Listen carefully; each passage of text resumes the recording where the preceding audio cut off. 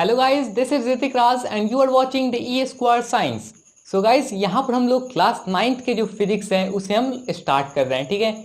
अब बहुत बच्चे का फिजिक्स नाम सुनते ही हो जाता है, लेकिन यह घबराने की कोई बात नहीं है। यहाँ पर हम लोग फुल बेसिक्स से कवर करने वाले हैं। ठीक है। कोई जो मोशन चैप्टर है, हमारा फर्स्ट चैप्टर है 9th का फिजिक्स, वो हम डायरेक्टली मोशन पे ही नहीं स्टार्ट करेंगे। वैसे मोशन का जो डेफिनेशन होता है वो तो देखेंगे, लेकिन उसमें जो मोशन पढ़ने के लिए जो जो हमारे पास पैकेज होना चाहिए पहले हम उसे देखेंगे, यानी कि बेसिक्स को क्लियर करेंगे। और उसके बाद हम जो हमारा मेन चैप्टर का जो सिलेबस है हमें उसमें हम आएंगे। ठीक है। तो यहाँ पर हम लोग सबसे पहले 4 बेसिक टर्म्स को पढ़ने वाले हैं। ठीक है। और ये वाला जो वीडियो है वो बहुत ही इंटरेस्टिंग होने वाला है। तो अगर आपने अभी तक इस वीडियो को लाइक नहीं किया तो यार प्लीज़ लाइक कर दो। सबसे पहले लाइक कर दो, क्योंकि ये वाला वीडियो जो है बहुत ही अमेजिंग होने वाला है। ठीक है। यहाँ पर आपको ऐसी ऐसी चीज़ें पता चलेंगी जो आप नहीं जानते थे अभी तक, और ना आपको कोई भी टीचर्स बताए होंगे। ठीक है। तो सबसे पहले यार तुम लाइक करो इस वीडियो को। अगर आपने इस चैनल को सब्सक्राइब नहीं किया तो यार क्या कर रहे हो, जाकर सब्सक्राइब करो यार। ठीक है। क्योंकि ये वाला जो लेक्चर है वो बहुत ही अमेजिंग होने वाला है और बहुत ही यूज़फुल होने वाला है आप लोग के लिए। ठीक है। तो स्टार्ट करते हैं। ठीक है। तो सबसे पहले हम लोग पढ़ने वाले हैं मोशन। जो हमारा चैप्टर है क्लास 9th फिजिक्स का वो मोशन है। ठीक है।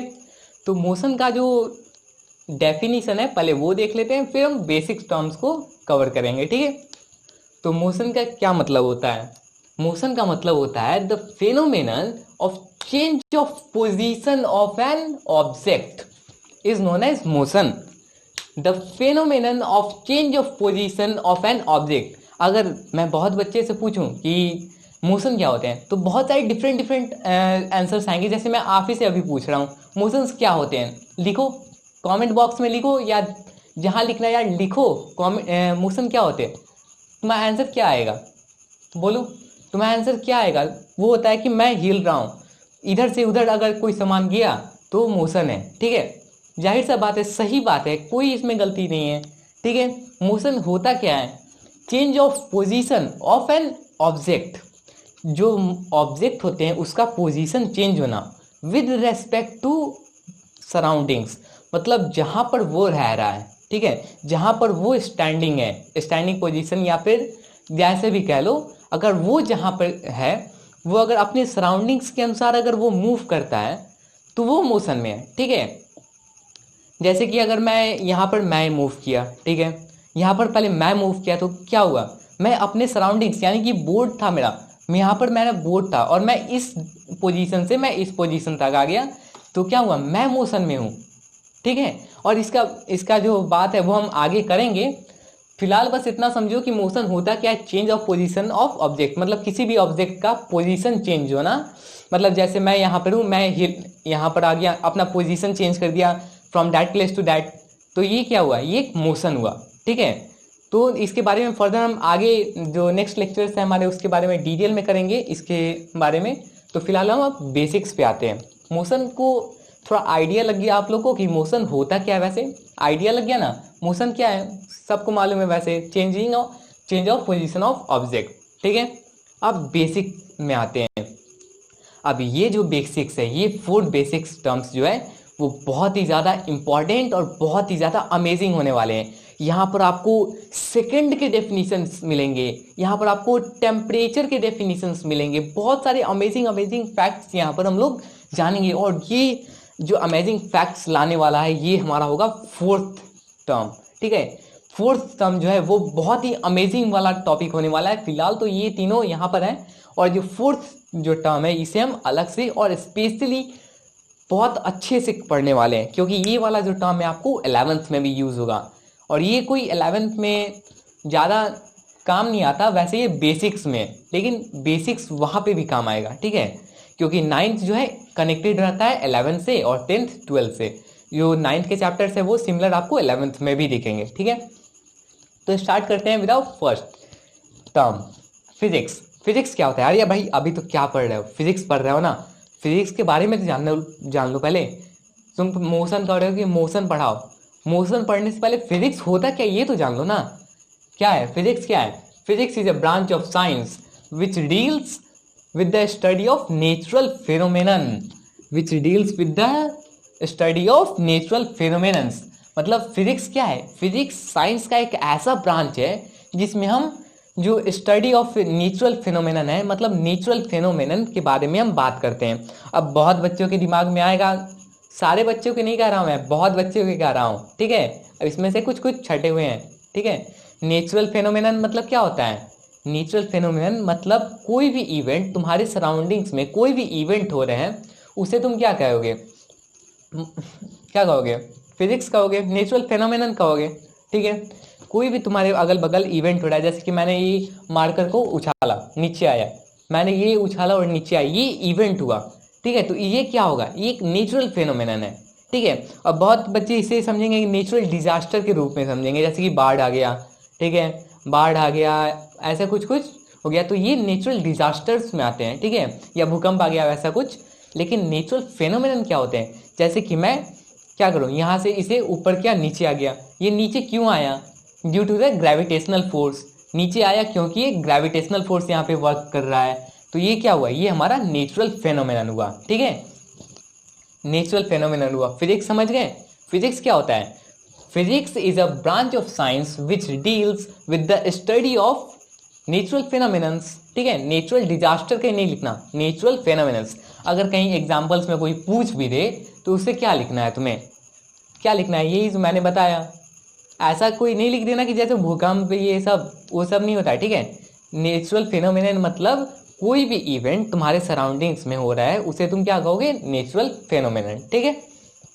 अब बात करते हैं फिजिकल क्वांटिटी की।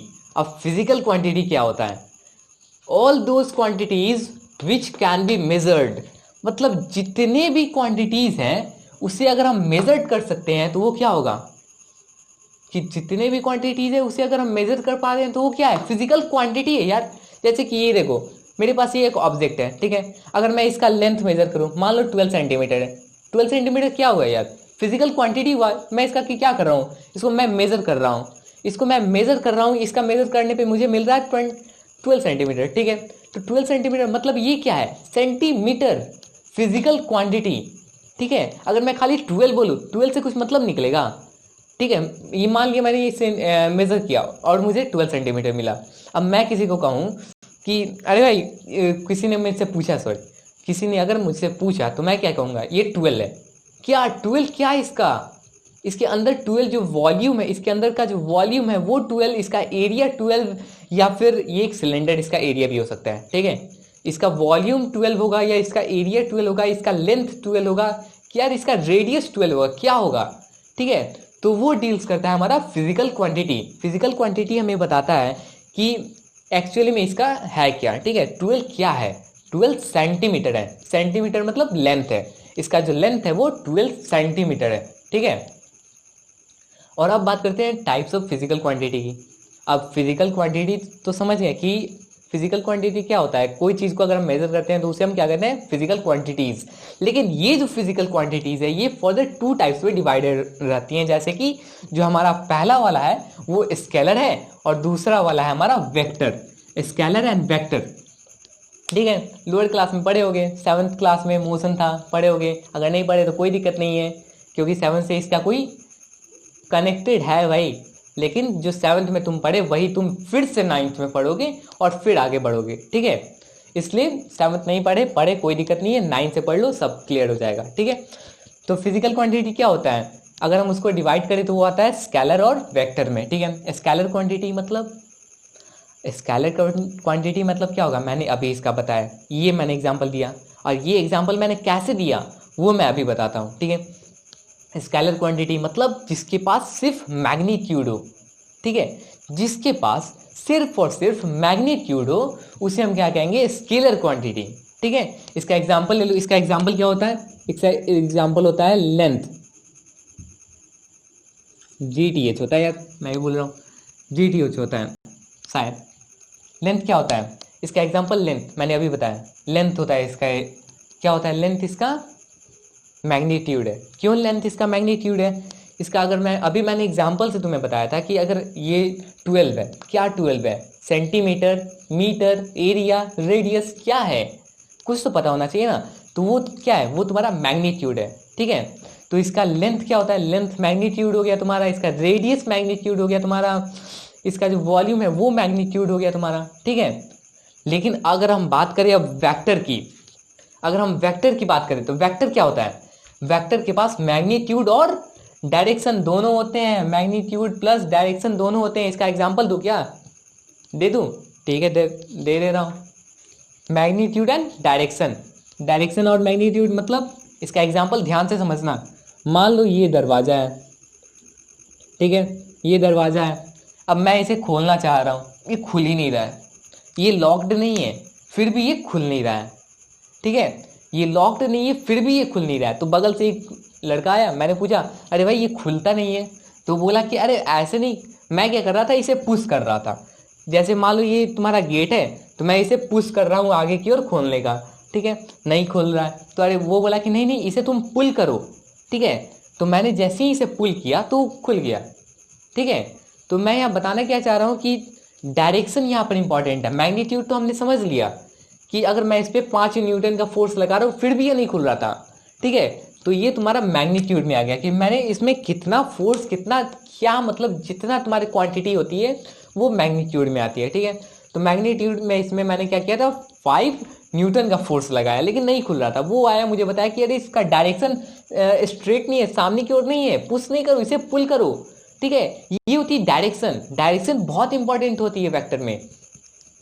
मुझे मालूम है कि ये खुल जाएगा लेकिन ये खुल नहीं रहा, क्यों, क्योंकि ये पुल करने पे खुलेगा, मतलब अपनी ओर खींचने पे खुलेगा, टुवर्ड्स यू, मतलब टुवर्ड्स यू। अगर मैं इसे, इसका जो डायरेक्शन क्या है, टुवर्ड्स यू है, मतलब ये तुम्हारी ओर से अगर खींचा जाए तो वो खुलेगा, ठीक है। पुश करने पे नहीं खुलेगा, भले तुम इसमें 15 न्यूटन या 60 न्यूटन, जितना न्यूटन लगाना है उतना न्यूटन लगा दो, ये नहीं खुलेगा। ये जब खुलेगा तब पुल करने पे ही खुलेगा, ठीक है। तो ये होता है वेक्टर। वेक्टर में मैग्नीट्यूड, मैंने मैग्नीट्यूड लगा दिया, कितना मैग्नीट्यूड लगाया मैंने, कितना मैग्नीट्यूड लगाया, 15 20 30 जितना लगाना है उतना लगा लो, लेकिन डायरेक्शन सही होना चाहिए, ठीक है। और एक और इसका एग्जाम्पल है, और बहुत ही इंटरेस्टिंग एग्जाम्पल है। जैसे कि एक मूवी देखी होगी तुमने, धमाल, ठीक है। अब धमाल क्या होता है, धमाल के एग्जाम्पल से ही मैं समझा रहा हूँ। जैसे कि, ठीक है, बहुत सारे जो उसमें जो एक्टर्स होते हैं वो जाते हैं उसका जो कुछ खजाना टाइप होता है वो ढूंढने, ठीक है। तो वो कहाँ होता है, वो डब्ल्यू ट्री के अंदर होता है, जैसे कि कुछ ऐसा, ठीक है, बड़े से डब्ल्यू ट्री के अंदर होता है, ये कुछ ऐसा होता है, ठीक है, जैसे कि ऐसा हो गया, ठीक है। ये डब्ल्यू ट्री है, ठीक है। बहुत सारे एक्टर्स गए, मतलब उस फिल्म में जितने भी एक्टर्स थे वो गए, ठीक है। अब वो क्या किए, ये जो इसका एक सरफेस है, अब वो क्या करेंगे कि वो ढूंढेंगे कि अरे यहाँ पे, यहीं पे खजाना है, डब्ल्यू जो ट्री है, जो लार्ज वाला डब्ल्यू है उसके अंदर खजाना है, ठीक है। लेकिन कहाँ खजाना है, यहाँ पहुँचने के बाद पता तो है कि यहाँ खजाना है, लेकिन कहाँ खजाना है, किस डायरेक्शन में खजाना है। उसके लेफ्ट जाएंगे, इसके लेफ्ट जाएंगे, इसके राइट जाएंगे, इसके आगे जाएंगे, इसके पीछे जाएंगे, कहाँ जाएंगे, इसके ये भी डायरेक्शन हो गया, ये भी डायरेक्शन हो गया, ये भी डायरेक्शन हो गया, ये भी डायरेक्शन हो गया, कहाँ जाएंगे तो वहाँ खजाना मिलेगा। यहाँ भी इसके जो नीचे है वो भी तुम्हारा एक डायरेक्शन है, वहाँ भी हो सकता है, ठीक है। तो डायरेक्शन, अब पता चला तुम्हें कितनी इंपॉर्टेंट होती है डायरेक्शन तुम्हारे वेक्टर में। मैग्नीट्यूड तुम्हें पता है कि इस एरिया में, मैग्नीट्यूड में क्या एग्जांपल दे रहा हूँ कि इस एरिया में, ठीक है, एरिया कोई मैग्नीट्यूड नहीं है, ठीक है, लेकिन मैं तुम्हें बता रहा हूँ कि मैग्नीट्यूड मान लो कि इस एरिया में, ठीक है, इस एरिया में तुम्हारा क्या है, खजाना है। खजाना यानी कि मतलब जो एरिया है वो मैग्नीट्यूड है। अब मैं क्या कर रहा हूँ कि किस डायरेक्शन में है, स्ट्रेट जाऊँ, इधर जाऊँ, सामने की ओर जाऊँ, पीछे जाऊँ, इधर इस साइड कहाँ जाऊँ यार, नीचे भी तो जा सकते थे ना, ऊपर भी देख सकते थे, इसके ऊपर भी हो सकता था, इसके यहाँ भी हो सकता था, यहाँ कहाँ होगा, तो ये डिसाइड करता है तुम्हारा डायरेक्शन, ठीक है। तो यही इसीलिए जो डायरेक्शन होते हैं वो बहुत ज़्यादा इंपॉर्टेंट होते हैं, ठीक है। जो डायरेक्शन होते हैं वो इंपॉर्टेंट वेक्टर में इसी कारण से होते हैं कि मैग्नीट्यूड होते हुए भी तुम उसे कर नहीं सकते जब तक तुम्हारे पास डायरेक्शन नहीं होता, ठीक है। तो डायरेक्शन लाओ, सारे काम होंगे, ठीक है। तो यहाँ पर मेनली हमने 3 टाइप्स को कर लिया है, अब चौथा टाइप है, ठीक है। तो इसे इरेज कर दूँ, फिर मैं चौथा टाइप तुम्हें बताऊंगा, ठीक है। तो गाइस अब हम लोग बात करेंगे यूनिट एंड सिस्टम के बारे में, ठीक है, जो कि हमारा फोर्थ बेसिक टर्म है, इसके बारे में अब हम बात करेंगे, ठीक है। तो सबसे पहला क्वेश्चन आता है कि जो हमारा एसआई यूनिट था, यूनिट, ठीक है, यूनिट से अब हम बात करेंगे तो जो हमारा एसआई यूनिट था वो कैसे आया, ठीक है। तो अलग अलग जगह के जो यूनिट्स थे, जैसे कि पहले हम लोग मेज़र करते थे एमकेएस में, जैसे कि मीटर, किलोग्राम और सेकंड में। कोई भी चीज़ अगर हम लोग को नहीं क्या कहते हैं, कोई भी चीज़ अगर हम लोग को मिलती थी तो हम उसे मीटर में करते थे, जैसे कि ये मार्कर हो गया तो हम इसे मीटर में ही करेंगे, ठीक है। ये हम लोग का फंडामेंटल था। उसके बाद अगर हम लोग आगे जाएं तो इसके बाद हम लोग क्या करेंगे, एमकेएस यानी कि किलोग्राम। अगर कोई भी वेट हमें करना हुआ तो हम लोग किलोग्राम करेंगे, 0 पॉइंट में ही क्यों ना है। इसका जो हमारा मेन होगा, जो फंडामेंटल होता है वो क्या होगा हमारा, किलोग्राम में होगा। और सेकंड में टाइम को वो तो सब जगह ही सेकंड में होते हैं। ऐसे बहुत सारे डिफरेंट डिफरेंट कंट्रीज़ के जो अलग अलग मेजरिंग यूनिट्स थे, जिसके कारण जो एक्सपोर्टिंग में बहुत ज़्यादा एक बार अरबों खरबों का लॉस हो गया था, जिसके कारण जो वहाँ के साइंटिस्ट लोग थे फिजिक्स के, वो इस पर काम करना शुरू किए, ठीक है। और उसके बाद जाकर हमारा एक पूरे इंटरनेशनली एक सिंगल यूनिट मिला, ठीक है, जिसको हम अभी के दौर में एसआई यूनिट कहते हैं, ठीक है। एसआई यूनिट जिसको हम कहते हैं क्या कहते हैं उसको, international of system of internationally, ठीक है। उसको हम आज जानेंगे कि कैसे क्या हुआ, उसकी हिस्ट्री के बारे में जानेंगे, जो कि बहुत ज़्यादा इंपॉर्टेंट होता है कोई भी कम्पिटिटिव एग्ज़ाम के लिए, ठीक है। तो सबसे पहले वाला क्वेश्चन आता है हमारा कि जो एसआई यूनिट है वो आया तो आया कहाँ से, जो यूनिट्स था वो आया कहाँ से, ठीक है। तो a body name, conference, generally, days, points, eat, measure नाम टेढ़ा मेढ़ा लेकिन याद कर लो, ठीक है। एक बॉडी का नाम मतलब एक संस्था का नाम था, एक इंस्टीट्यूशन का नाम था, ठीक है। क्या नाम था उसका, conference generally day sports eat major, conference generally day sports eat major, ठीक है। ये उसका नाम था। उसको शॉर्ट फॉर्म में सीजीपीएम भी कहते हैं, या फिर अगर उसका दूसरा नाम देखा जाए तो उसी संस्था का नाम था general conference on weight and measure, ठीक है, मेजर्स। ये एक संस्था का नाम है जो जिसको ऑथोरिटी दिया गया था। ये कहाँ पे है संस्था, ये कहाँ पे, इंग्लिश में, यानी कि इंग्लैंड में ये है, ठीक है। इसे क्या किया था, ऑथोरिटी दिया गया था कि डिसाइड करने का, जो इंटरनेशनल क्या है, इंटरनेशनल एग्रीमेंट से मतलब कि एक आसान भाषा में एकदम शांति से समझो कि होता क्या है। एक बॉडी का नाम था, एक संस्था का नाम था conference generally day sports eat major, जो भी कह लो, लेकिन यही कहना है, ठीक है, जो भी नहीं कहो। और उसका एक और दूसरा नाम था सीजीपीएम, और उसका एक और नाम था general conference on weight and measure, ठीक है। और ये कहाँ था, ये इंग्लिश में था, यानी कि ये लिटरेचर वाली बुक में नहीं, इंग्लिश में, यानी कि ब्रिटिश लोग के यहाँ था, ठीक है। उसको ये ऑथोरिटी दिया गया था कि आप कोई एक यूनिट को चूज़ करिए जो कि पूरे इंटरनेशनल में, मतलब पूरे वर्ल्ड में वो क्या, वो सिंगल ऐसा यूनिट हो जिससे कि हम अपना जो ट्रेड है वो दूसरे देशों को एक्सपोर्ट कर सकें, ठीक है। तो उसके लिए जो क्या नाम था इसका, सीजीपीएम, बहुत ही टेढ़ा नाम है, याद कर लो, कॉन्फ्रेंसी generally day sports eat major, ठीक है। इसीलिए जो सीजीपीएम था वो 1971 में एक मीटिंग बुलाया, ठीक है, एक मीटिंग रखा, और उसमें उसने, और उसी मीटिंग में उसने डिसाइड किया कि यूनिट क्या होगा, और उस यूनिट का नाम दिया उसने इंटरनेशनल सिस्टम ऑफ यूनिट्स, ठीक है, इंटरनेशनल सिस्टम ऑफ यूनिट, इसी को हम एसआई यूनिट्स कहते हैं, ठीक है। और it is the abbreviated as SI from the French name, ठीक है। ये जो नाम है हमारा इंटरनेशनल सिस्टम ऑफ यूनिट्स, इसको शॉर्ट फॉर्म में एब्रीवेटेड फॉर्म में फ्रेंच के लैंग्वेज में बताया गया, जिसके क्या कहते हैं हम, एसआई यूनिट। ये एक फ्रेंच लैंग्वेज में आया था, जिसे हमने एब्रीवेटेड यानी कि शॉर्ट फॉर्म में एसआई यूनिट कहते हैं, ठीक है। तो जो फ्रेंच नेम था, फ्रेंच नेम इसका क्या था, जो एक्चुअली में जो तुम्हारा नहीं, मतलब जो फ्रेंच का जो अपना था ना, फ्रेंच का जो यूनिट्स था, उसी को एज अ इंटरनेशनल सिस्टम ले लिया गया था और उसका नाम क्या था, उस सिस्टम का नाम क्या था, ली सिस्टमी इंटरनेशनल डी यूनिट्स। ये उस फ्रेंच वाले यूनिट्स का नाम था, ली सिस्टमी, टी ई लिखा है मैंने, टी देखो यहाँ पे स्पेलिंग कुछ डिफरेंट है क्योंकि ये फ्रेंच का लैंग्वेज है, ठीक है। ली सिस्टमी इंटरनेशनल डी यूनिट्स, ठीक है, ये उसका नाम है, उस यूनिट्स का नाम है और इसी का यूनिट्स को हम शॉर्ट फॉर्म में एसआई यूनिट्स कहते हैं, ठीक है। और अब बात करते हैं फंडामेंटल और बेस क्वांटिटीज़ की। यहाँ पर हमारा एसआई यूनिट क्या था, कैसे आया, वो हमने समझ लिया ना। अब हम जानेंगे फंडामेंटल और बेस क्वांटिटीज़, ठीक है। ये बहुत ही ज़्यादा इंपॉर्टेंट है पूरे फिजिक्स के लिए। तुम 9th में हो, 10th में हो, 11th 12th जिस क्लास में हो, तुम्हें अगर ये नहीं याद, तुम्हें कुछ नहीं मालूम, फिजिक्स के बारे में कुछ नहीं मालूम, ठीक है। तो फंडामेंटल और बेस क्वांटिटीज़ कितने होते हैं, वो 7 होते हैं, ठीक है। और सबसे पहला वाला क्या होता है, वैसे तो 2 और सप्लीमेंट वाले होते हैं फंडामेंटल, जो आप 11th में पढ़ोगे, ठीक है।